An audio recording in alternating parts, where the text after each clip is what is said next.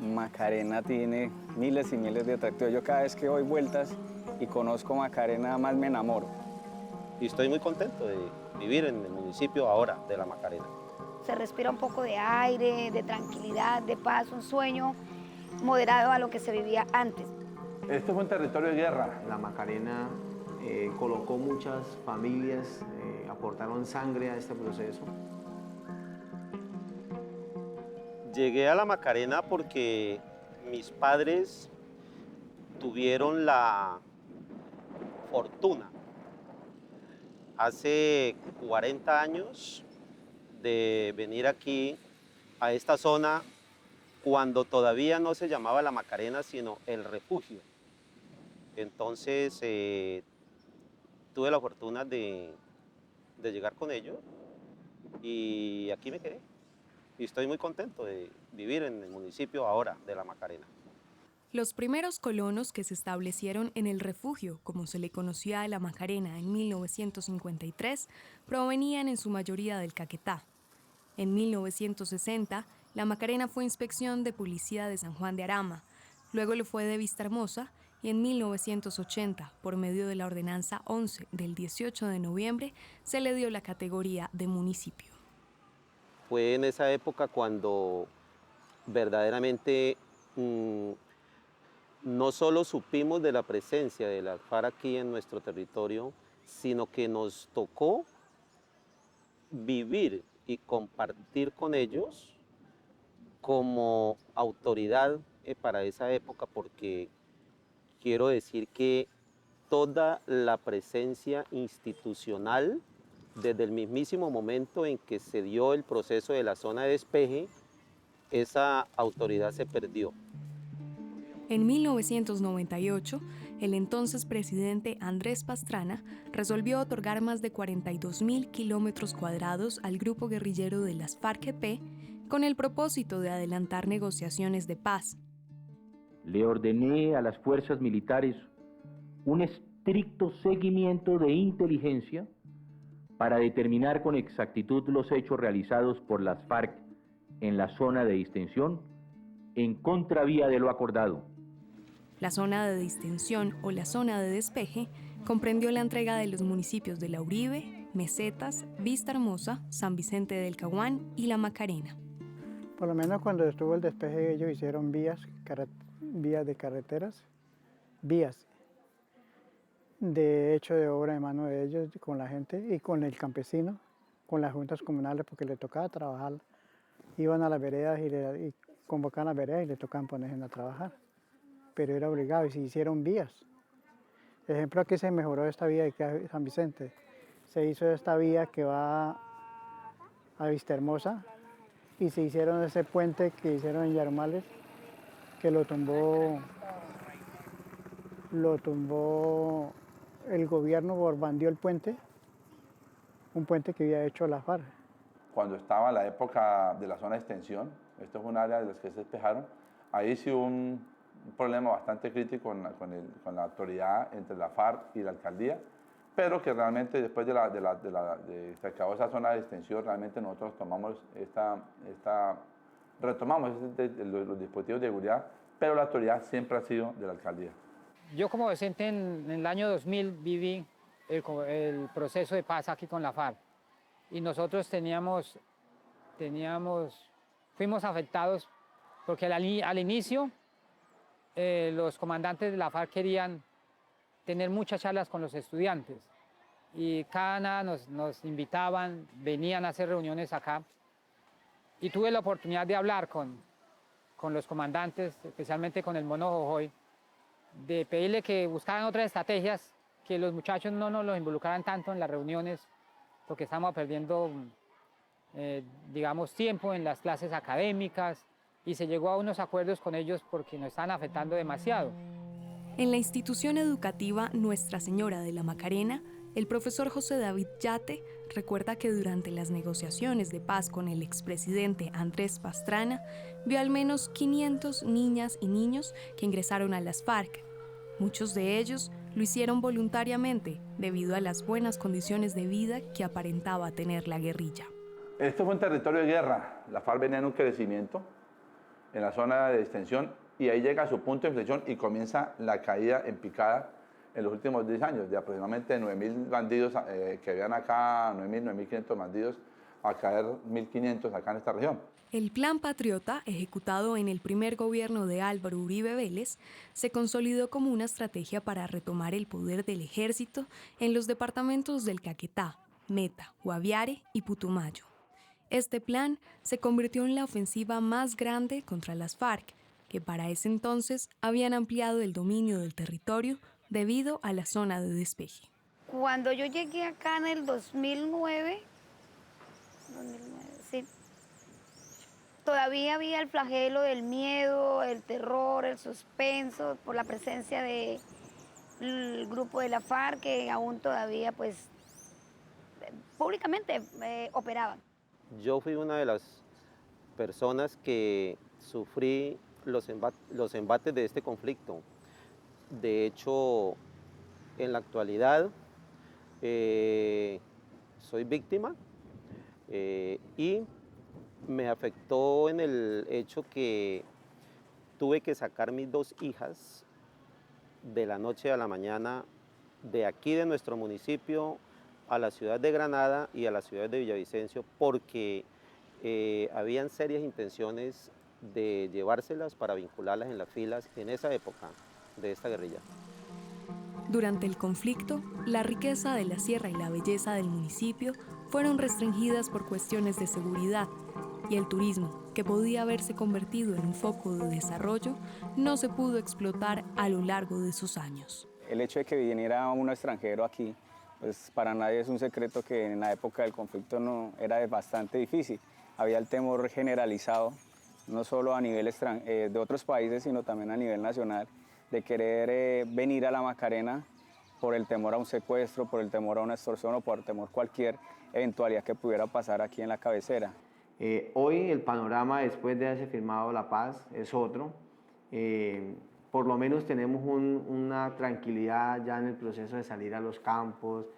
Hoy conocemos que las familias están regresando de las ciudades a recuperar sus tierras. Nuestro municipio ha crecido en población, en actividad escolar. Tenemos más niños, ha subido un 30-40% del año anterior a hoy. Y en cuanto a construcciones en la parte urbana y rural ha aumentado. En tema de construcción de viviendas ha aumentado y muchas fincas que estaban abandonadas hoy están nuevamente ya siendo pobladas y posteriormente colocadas a producir. Ya ha habido un cambio, por lo menos pues ha habido más tranquilidad, se ha podido mover más tranquilo. Pues no se deja de haber siempre por ahí, aparecen que hay siempre muertos y hay otros que han matado. Inclusive esta semana pasada, como 3 días, hubo una bomba que le tiraron a la estación de policía y así. Durante los últimos 6 años. Desde el año 2012, el gobierno del presidente Juan Manuel Santos inició diálogos de paz con las Fuerzas Armadas Revolucionarias de Colombia, EP. El 26 de septiembre de 2016 se firmó el acuerdo de paz en Cartagena de Indias y luego del plebiscito del 2 de octubre del mismo año se llevó a cabo la ceremonia para la firma del acuerdo definitivo en la ciudad de Bogotá. Cuando nos pidió la Secretaría de Educación hacer la consulta a los muchachos, la inmensa mayoría votaron por el no, porque no tenían el mayor conocimiento del conflicto. O sea, porque las nuevas generaciones no han vivido el conflicto en el municipio de La Macarena, y ni las nuevas generaciones tampoco lo conocen a través de la televisión. Entonces, los muchachos no tienen bien claro el proceso de paz, porque no les interesa, no lo entienden, ni nadie se lo ha explicado de forma detallada. De acuerdo a las estadísticas de la Registraduría Nacional del Estado Civil de Colombia, en La Macarena, de 7.900 personas habilitadas para votar en el plebiscito, solo lo hicieron 3.108, es decir, el 39.34%. De ese porcentaje, el 73.66% votaron a favor del mismo.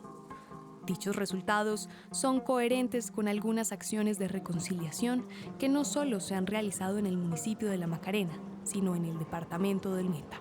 Como fue el caso de la exguerrillera Luz Marina, contando su experiencia y entregándonos al sargento César Augusto Lazo, quien estuvo secuestrado por ellos durante 1998 y 2003, 2004. A pesar de lo que les ha sucedido, estos sobrevivientes del conflicto tienen la esperanza de construir nuevos recuerdos y nuevas experiencias con aquellos que en algún momento los pudieron afectar. Yo creo que bienvenidos a la legalidad, y desde el momento en que nos podamos ayudar, creo que podemos hacer equipo y ayudarles a esta comunidad a que sean personas útiles, como queremos que sea y como sé que vamos a hacer, que van a hacer. Y yo he pedido a Dios mucho perdón por ellos y le he pedido perdón a Dios por mí, porque es duro todos los días levantarse y saber que sus hijos están sin un padre, que no tienen un techo, que no tienen un plato de comida. Todo culpa a la violencia brutal. A veces uno busca el perdón como entre los amiguitos, las amiguitas y por ahí, entre esos que tenemos más confianza, pero nunca buscamos el perdón de verdad en la raíz del otro, en donde está la verdadera esencia del perdón, que tiene que ser aquel que me haya ofendido, que me haya cometido una falta, o yo con él o él conmigo. Nosotros hemos creído de sobremanera que los elementos fundamentales o los pilares que se necesitan para que realmente podamos hablar de reconciliación tienen que ver de forma directa con las oportunidades de desarrollo, con las oportunidades laborales, con las oportunidades económicas, con las posibilidades de educación. La Mesa Municipal de Víctimas es un escenario planteado desde la Ley 1448 de 2011, dirigida a las víctimas del conflicto armado en Colombia. Es un espacio de participación que permite a los sobrevivientes ilustrar las necesidades de su población. Actualmente, líderes y miembros de la Mesa Municipal de la Macarena hacen seguimiento al proceso de paz y velan por el progreso del municipio. No se encuentren dormidos, para que no digan, no, eso no dice nada, nadie se ha pronunciado, entonces firmemos y hagamos el acto. Encontramos que, tristemente, hemos sido utilizados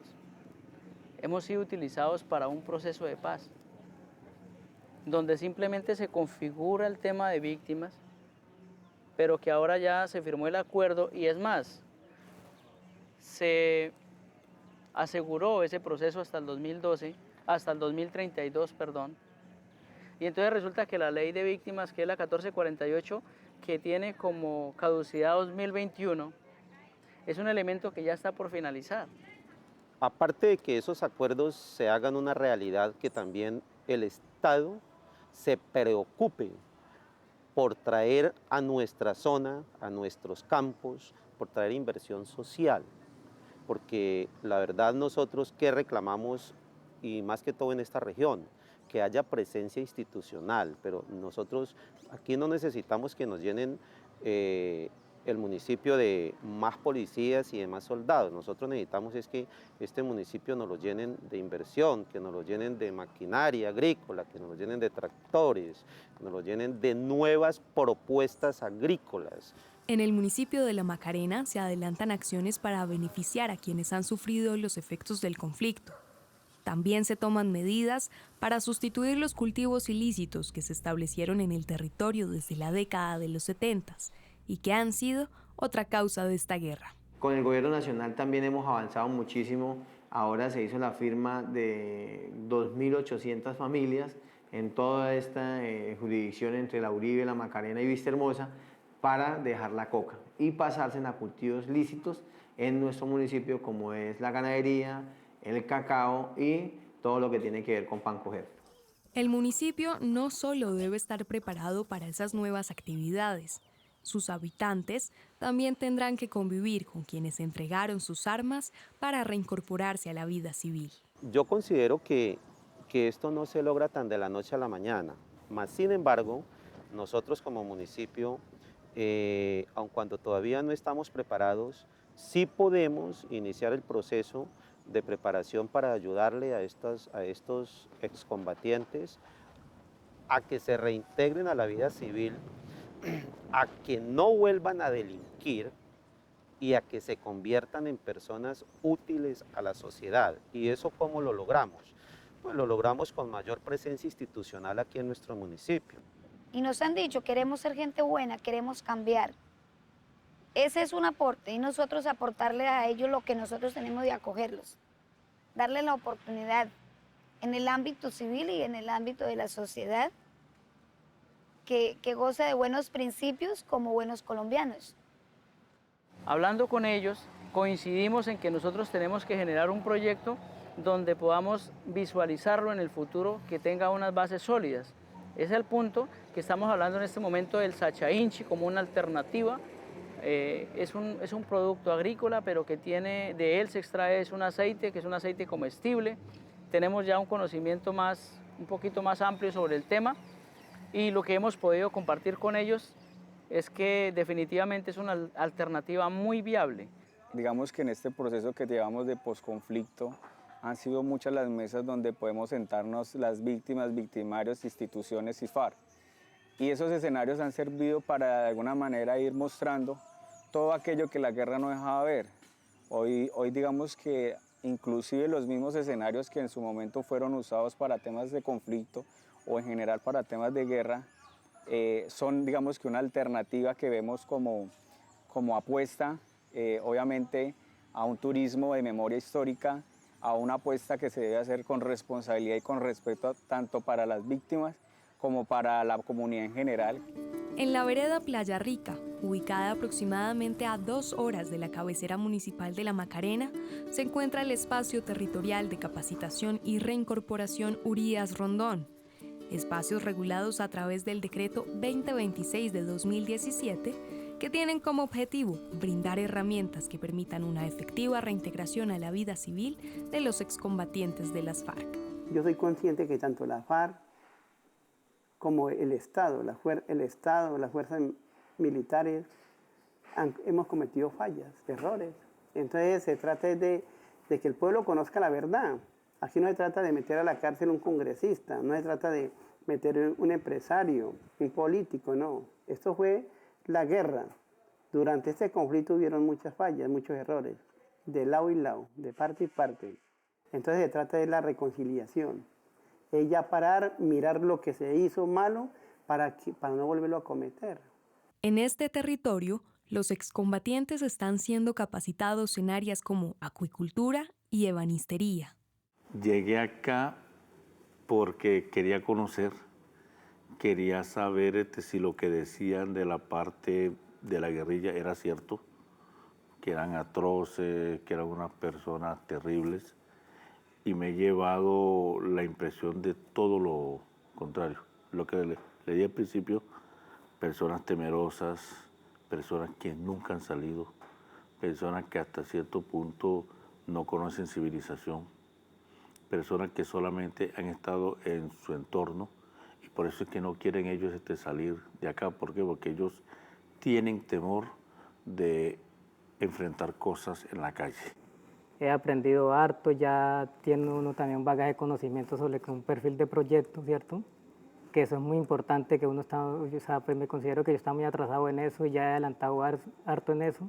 Hemos adelantado harto y los profes para que son muy veraces son muy veraces en la parte informativa y pues qué, y están muy atentos, apresto a todas las preguntas que uno haga y lo que no entienda uno, pues con mucho gusto lo repite, y eso es algo que lo lleva a uno ahí, y eso hace que uno también retenga harto y aprenda.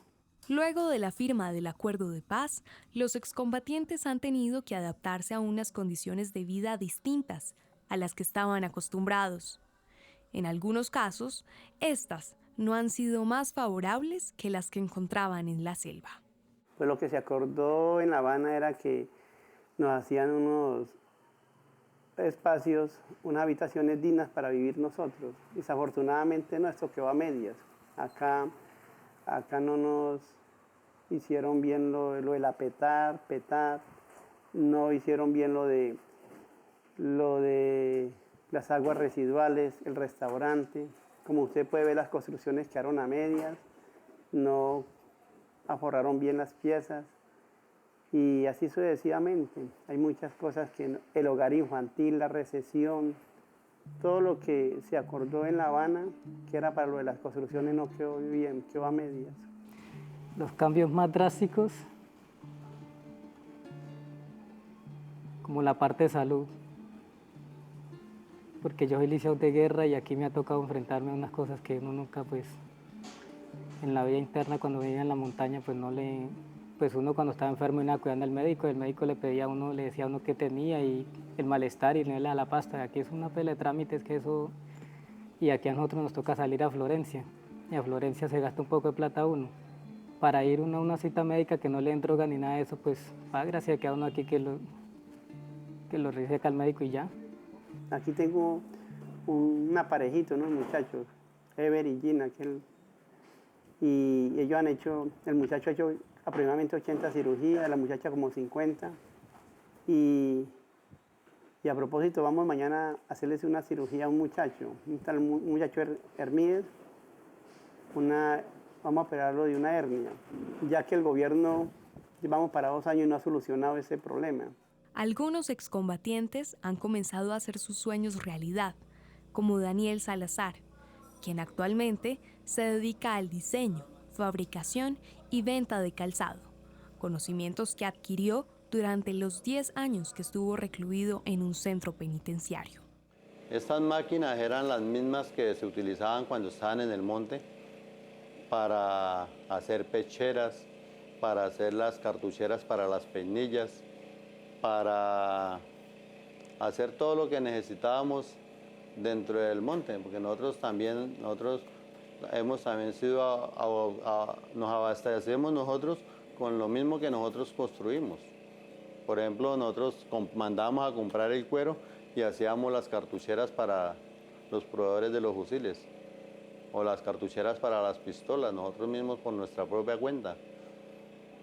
Y hoy las tenemos al servicio para construir zapatos. Daniel Salazar ha construido su orientación ideológica desde muy temprana edad.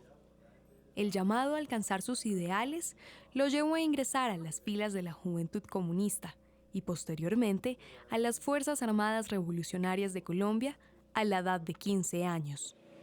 En esa época nosotros no hacíamos sino estudiar y cosechar para alimentarnos nosotros mismos de lo mismo que nosotros cosechábamos. Sembrábamos frijol, arroz, sorgo, maíz, cacao, hasta que se metió la guerra de Casaverde, la represión de César Gaviria, atacando el Secretariado Nacional de las FARC, y desde ahí para acá, pues solo bala, pero solo bala. El día que decida dejar el territorio, este zapatero seguirá trabajando con el propósito de extender el mercado de su calzado a nivel nacional e internacional, sin dejar de lado los ideales por los que luchó durante años. El hecho de que no esté con el fusil, eso no quiere decir que ya haya perdido mis ideales. Yo soy un combatiente de la revolución. Las capacitaciones que los excombatientes reciben para formarse laboralmente están combinadas con jornadas artísticas, culturales y deportivas, siendo una de estas iniciativas la que llevó a Carlos Urriago al espacio territorial Urías Rondón. Se hizo la integración acá y en esa integración pues nos dimos a conocer, pronto conocieron también lo que yo manejaba, lo que es el área de ebanistería y me hicieron una propuesta, a mí me gustó y pues sería muy bonito, ¿no? Conocer y aportar, ¿no? Y así fue la forma que llegamos acá y pues ahí vamos a hacer el máximo esfuerzo para que este proceso que estamos llevando a cabo aquí en el área interna de la ebanistería como en las otras áreas y en el proceso en general, llegue a buenos términos. El conflicto armado imposibilitó por mucho tiempo que personas como Rodrigo o Edison pudieran siquiera pensar en tener una carrera profesional o compartir con sus familias. Hoy, luego de haber terminado la confrontación armada, tienen nuevas metas por cumplir. Siempre he pensado, digamos, en profesionalizarme en ser abogado, una de mis condiciones. He pensado profesionalizarme en eso debido a eso, entonces, pero para eso necesito también el estudio, el bachillerato. Entonces, siempre he pensado en eso, debido a que he tenido muchas dificultades con la familia, en cuestiones jurídicas, Entonces por eso me motivé, digamos, a profesionalizarme en esa parte de ser abogado. Pues ahorita estoy metido por lo menos en un proyecto de Ambientes para la Paz y estoy metido en la cuestión del monitoreo de fauna y flora, que me gusta y ojalá se dé y hayan recursos para eso porque o sea, y es fundamental poner en práctica por lo menos o poner en marcha una especie de monitoreo en estas zonas donde ya se empieza como a alterar también la vaina de tanta deforestación, caza de animales y todo eso va a servir mucho también para las normas de convivencia porque nosotros vamos a, no tanto para el monitoreo, sino se va a crear una especie de guardia campesina también junto con la comisión de monitoreo, entonces es fundamental. El diálogo y la confianza entre los excombatientes y la fuerza pública son fundamentales en el proceso de reconciliación. Un verdadero reto para quienes hasta hace unos años fueron enemigos armados. Con ellos pues tenemos buenas relaciones, hablamos, conversamos, tanto con la policía como el ejército. Pues nosotros les hemos explicado que desafortunadamente nos matamos en estos 53 años. Ellos son hijos de campesinos, ciudadanos igual a nosotros. Es una guerra que nos ha implantado el Estado y nos estamos matando entre los mismos.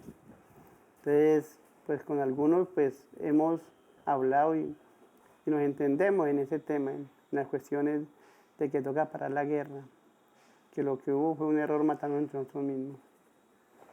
Una vez duré por allá hablando como unas 2 horas, me tocó parar por allá en el sitio y hablé con unos soldados, pues para qué, muy formales y todo, y pues yo por lo menos no le tengo miedo ni a la policía, ni a los soldados, nada, ya yo pierdo de temor, pues de todas maneras ya soy legal, ya tengo mi certificado y todo eso, entonces yo no tengo nada que ver, ya hay unos compromisos tanto del Estado con uno como uno con ellos.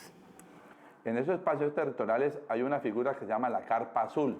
La carpa es un espacio de conversación donde tanto militares, fuerza pública, excombatientes y demás organismos del Estado, Procuraduría, Defensoría del Pueblo, la ONU y demás, nos reunimos en un espacio neutral con el propósito de ver lo que está pasando en el contorno de esos excombatientes y de qué manera el Estado como tal los vamos a apoyar, a ayudar. Nosotros, en el contexto militar, nos corresponde solamente la parte de seguridad y hasta el momento hemos cumplido al 100% cabalidad.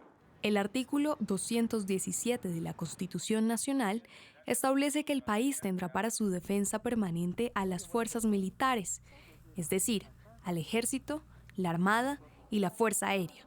En el posconflicto, este precepto continúa vigente. Y en aeronaves o helicópteros que antes teníamos configurados para operaciones militares, pues los hemos configurado con camillas, con equipos altamente sofisticados para poder atender a las personas en evacuaciones aeromédicas y poderles dar una atención de primer nivel mientras llegan a las clínicas o hospitales que ellos necesiten para poderse recuperar y poder salvar las vidas de estos ciudadanos. La gente, la población, el pueblo colombiano no conoce la realidad de lo que somos nosotros como seres humanos, que somos personas, que de una u otra forma, si algún día nos rebelamos ante el Estado es porque tenemos unas ideas y queremos que este país cambie, especialmente estos gobernantes que nos han venido gobernando toda la vida. La reconciliación y la reintegración de todos los actores del conflicto armado no se logra solo con una firma. Para conseguir estos dos procesos, se deben brindar las condiciones y garantías necesarias para facilitar el diálogo, el perdón, la justicia y la reparación de todos los colombianos. Para ti, de la paz. La paz para mí es si alguien está llorando, está peleando y están reempujando a otros, yo les digo que no, es mejor sean amigos para que después se jueguen juntos y no estén peleando tanto.